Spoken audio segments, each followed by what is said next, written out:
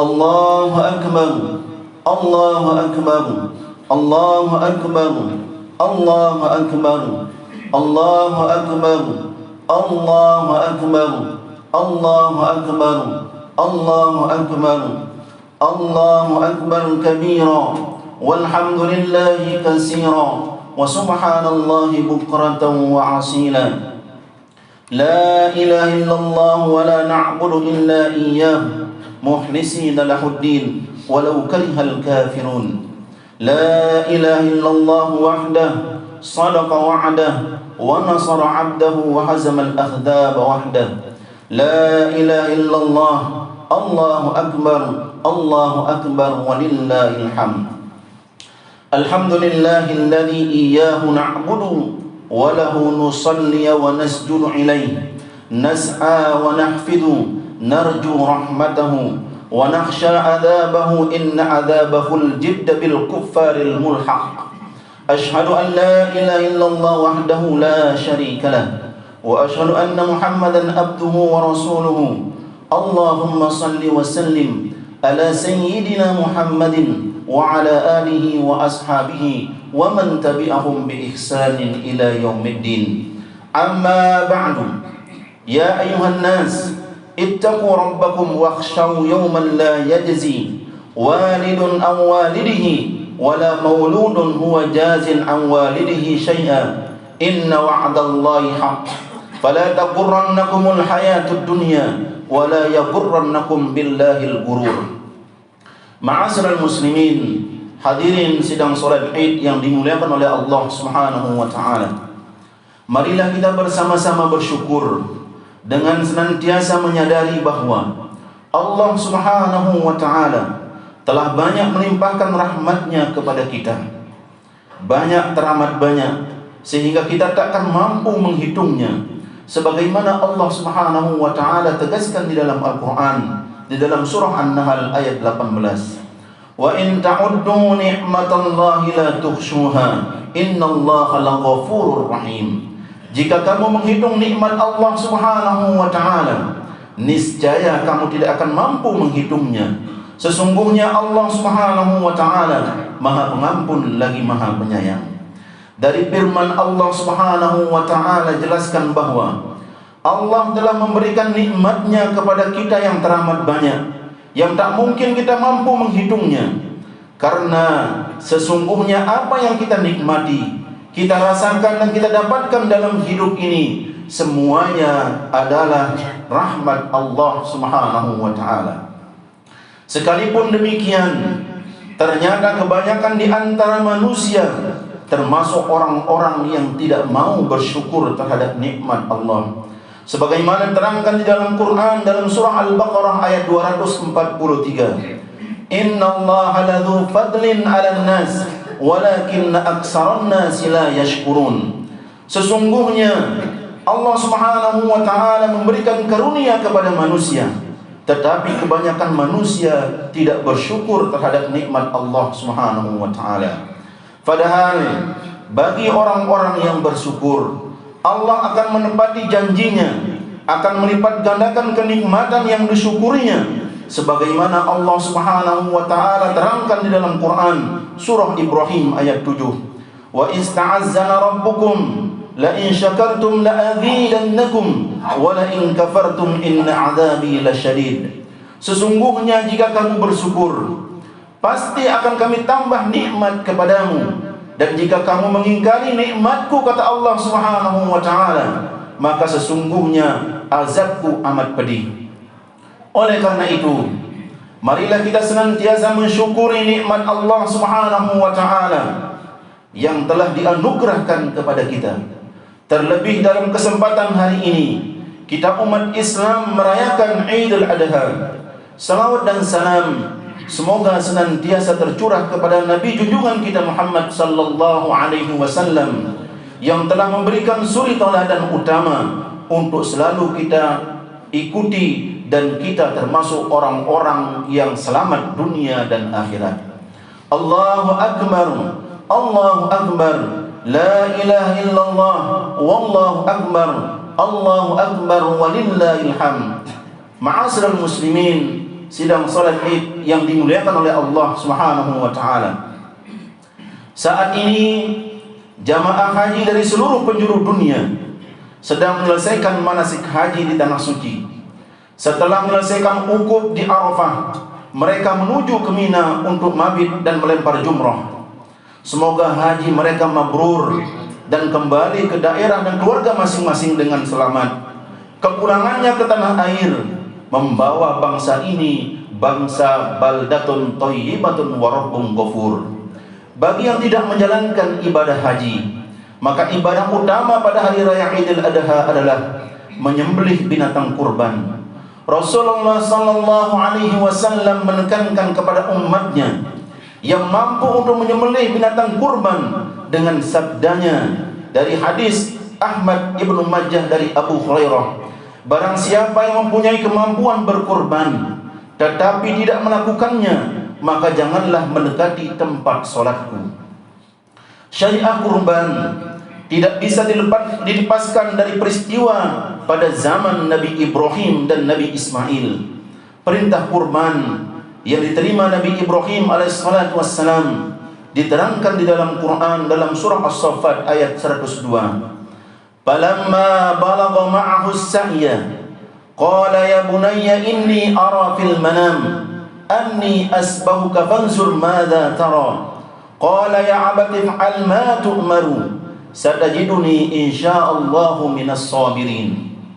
Maka tatkala anak itu sampai pada umur yang sanggup berusaha bersama-sama Ibrahim berkata kepada anaknya, "Hai anakku, sesungguhnya aku melihat dalam mimpi bahwa aku menyembelihmu, maka pikirkanlah apa pendapatmu." Lalu Ismail menjawab, "Wahai bapakku, kerjakanlah apa yang diperintahkan kepadamu oleh Allah Subhanahu wa taala. Insyaallah kamu akan mendapatiku termasuk orang-orang yang sabar." Nabi Ibrahim alaihissalatu wassalam, nabi yang mendapat sebutan Abul Anbiya, bapaknya para nabi. Dalam Idul Adha ini kita meneladani pengalaman keluarga Ibrahim yang penuh dengan cobaan, pengorbanan, ketabahan dan keikhlasan. Ibrahim amat merindukan hadirnya anak sebagai keturunannya. Dan setelah anak itu diberikan oleh Allah Subhanahu wa taala, diujilah Ibrahim, akankah kecintaannya kepada Allah Subhanahu wa taala terkalahkan oleh cintanya kepada anaknya yang lama dinantikan itu? Ternyata tidak. Nabi Ibrahim alaihissalatu wassalam lulus dari ujian yang sangat berat dari Allah Subhanahu wa taala. Mudah-mudahan kita mampu meneladani keluarga Ibrahim sebagai orang tua, menjadi orang tua yang baik, yang senantiasa mendidik keimanan kepada anak-anak kita, sehingga menjadi anak yang berakidah Islam dengan kokoh. Tidak akan dibiarkan anak-anak kita tercemari oleh ajaran-ajaran yang menjauhkan diri dari hidayah Allah Subhanahu wa taala. Kita akan didik anak-anak kita menjadi anak yang soleh, anak yang pintar, anak yang berbudi pekerti luhur, serta menjadi generasi penerus yang mampu membawa kemajuan umat dan bangsa yang kita cintai ini. Sebagai bagian dari ikhtiar dan ibadah kita kepada Allah Subhanahu wa taala. Allahu akbar, Allahu akbar, la ilaha illallah, wallahu akbar, Allahu akbar walillahil hamd. Ma'asyiral muslimin, sidang salat Id Idul Adha yang dimuliakan oleh Allah Subhanahu wa taala. Kita prihatin sebagian dari saudara kita masih berada dalam kejauhan dari Allah Subhanahu wa taala, dan kesejahteraan yang menjadi salah satu cita-cita berdirinya bangsa ini. Di samping itu, semakin meningkatnya kasus kriminalitas, narkoba dan bentuk kemaksiatan lainnya. Bahkan penyelenggaraan dengan menggunakan narkoba telah sampai pada kondisi darurat dan benar-benar mengancam masa depan bangsa. Untuk menyelesaikan problem bangsa ini butuh tentunya pekerjaan yang tidak mudah. Sudah barang tentu kita membutuhkan anak-anak bangsa yang rela mengorbankan waktu dan tenaganya untuk kemajuan bangsa. Kita butuh generasi yang unggul dan hebat, generasi yang mencintai Allah Subhanahu wa taala dan tunduk terhadap aturannya. Karena hanya dengan kembali kepada aturan hidup Allah, segala problem yang kita hadapi tersebut dapat terurai dengan baik. Dan contoh itu bisa kita temui pada pribadi Nabi Ibrahim dan Nabi Ismail putranya. Inilah saatnya kita meneladani dengan benar pribadi mulia ini. Salah satunya adalah mensyariatkan berkurban. Allahu Akbar, Allahu Akbar, la ilaha illallah, wallahu akbar, Allahu Akbar, walillahil hamd. Perlu kita ketahui bahwa ibadah kurban yang kita lakukan sesungguhnya memiliki dua dimensi, yang merupakan sebuah wujud dari hubungan kita kepada Allah Subhanahu wa taala dan hubungan baik kita kepada sesama manusia, sekaligus sebagai rasa syukur kita atas nikmat yang Allah Subhanahu wa taala limpahkan kepada kita. Dimensi itu adalah yang pertama, ibadah yang bersifat vertikal, semata-mata berbakti kepada Allah Subhanahu wa taala dan hanya mengharapkan keridhaan Allah Subhanahu wa taala, bahwa hanya ikhlas karena Allah. Kurban itu yang kita lakukan. Kurban juga sebagai perwujudan tauhid, mencintai Allah di atas cinta kepada yang lain, melebihi cintanya kepada keluarga, harta benda yang kita miliki, melebihi cintanya kepada jabatan dan seluruh fasilitas yang didapatkan selama ini, dan keikhlasan berkurban karena kecintaan kepada Allah Subhanahu wa taala. Itulah yang menentukan kurban kita diterima atau tidaknya di hadapan Allah Subhanahu wa taala.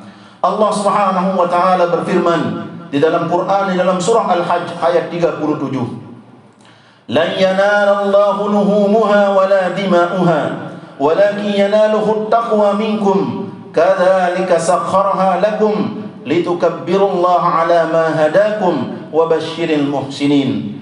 Daging-daging unta dan darahnya sekali-kali tidak dapat mencapai keridhaan Allah Subhanahu wa taala, tetapi ketakwaan dari kamulah yang dapat mencapainya. Demikianlah Allah Subhanahu wa taala telah menundukkannya untuk kamu supaya mengagungkan Allah Subhanahu wa taala terhadap hidayahnya kepadamu, dan berilah kabar gembira kepada orang-orang yang berbuat baik. Dimensi yang kedua adalah ibadah yang bersifat horizontal, yakni menyantuni para du'afa melalui pembagian daging kurban tanpa membeda-bedakan agama, suku dan golongan.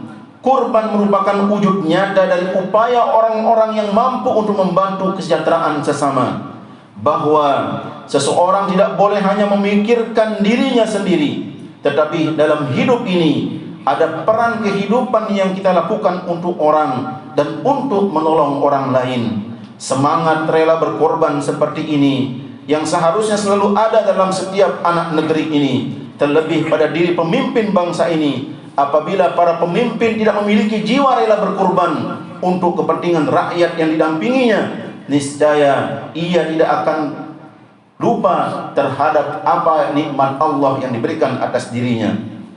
Akhirnya, marilah kita memohon kepada Allah Subhanahu wa taala, semoga kiranya senantiasa diberi taufik dan hidayah, sehingga dalam menghadapi hidup yang semakin kompleks ini tetap menjalani ibadah dengan benar. Semoga bangsa tercinta ini tetap kokoh, lepas dari bencana dan musibah, selalu dalam naungan ridha Allah Subhanahu wa taala, menjadi bangsa yang terlukis dalam Al-Quran sebagai bangsa baldatun thayyibatun wa rabbun ghafur. Barakallahu li wa lakum fil Qur'anil azim, wa nafa'ani wa iyyakum bima fihi minal ayati waz zikril hakim, wa taqabbal minni wa minkum tilawatahu, innahu huwas samiul alim, fastaghfiruh innahu huwal ghafurur rahim.